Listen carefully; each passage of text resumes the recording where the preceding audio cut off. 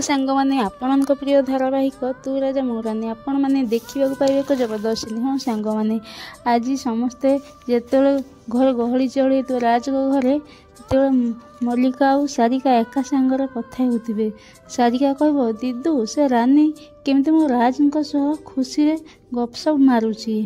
ତାପରେ ମଲ୍ଲିକା କହିବ, ୱାଓ, ତୋ ଭିତରେ ବି ମୋ ଭଳିଆ ପଜିଟିଭ ସିନ୍ ଅଛି। ତାପରେ ସାରିକା କହିବ, ମୋତେ ସେ ରାନୀକୁ ଦେଖିଲେ ଟେନ୍ସ ଲାଗୁଛି। ତାପରେ ମଲ୍ଲିକା କହିବ, ସେ ତା ପିଛା କେମିତି ଛାଡ଼ିବ ତା ପାଇଁ ମୋ ପାଖରେ ଗୋଟେ ବଢ଼ିଆ ପ୍ଲାନ୍ ଅଛି। ଯଦି ଆମେ ୟୁଟିଲାଇଜ୍ କରିବା ତାହେଲେ ସିଧା ଏ ପାର୍ଟି ଛାଡ଼ି ତା ଘରକୁ ପଳେଇବ। କି ପ୍ଲାନ୍ ଦିଦୁ? ମଲ୍ଲିକା କହିବ, ମୋ ପାଖକୁ ଆସେ।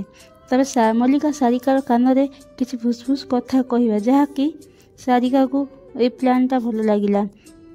ତାପରେ ସାରିକା ରାଜ ପାଖକୁ ଯିବ, କହିବ, ଏକ୍ସକ୍ୟୁଜ୍ ମି ରାଜ, ତମକୁ ପ୍ରୀତି ଡାକୁଛନ୍ତି। ରାନୀ ତାପରେ ରାଜ ସେଇଠୁ ପଳେଇ ଆସିବ।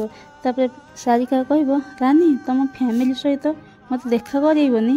ତାପରେ ରାନୀ କହିବ, ସାରିକା ଇଏ ହେଉଛନ୍ତି ମୋ ବାପା ଆଉ ଇଏ ହେଉଛନ୍ତି ମୋ ମାମା।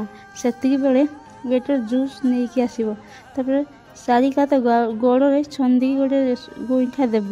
ସେ ଯାଇ ସିଧା ଜୁସ୍ ନେଇକି ରାନୀ ଉପରେ ପଡ଼ିଯିବ। ତାପରେ ରାନୀର ଶାଢ଼ୀ ଖରାପ ହେଇଯିବ। ରାନୀ ଉପରେ ଯେତେବେଳେ ସିଧା ପଡ଼ିଯିବ, ସେତେବେଳେ ସାରିକା କହିବ, ରାନୀ ତମର ତ ଶାଢ଼ୀ ପୁରା ଖରାପ ହେଇଗଲା, ତମକୁ ତ ଏବେ ତମ ଘରକୁ ଯିବାକୁ ହବ।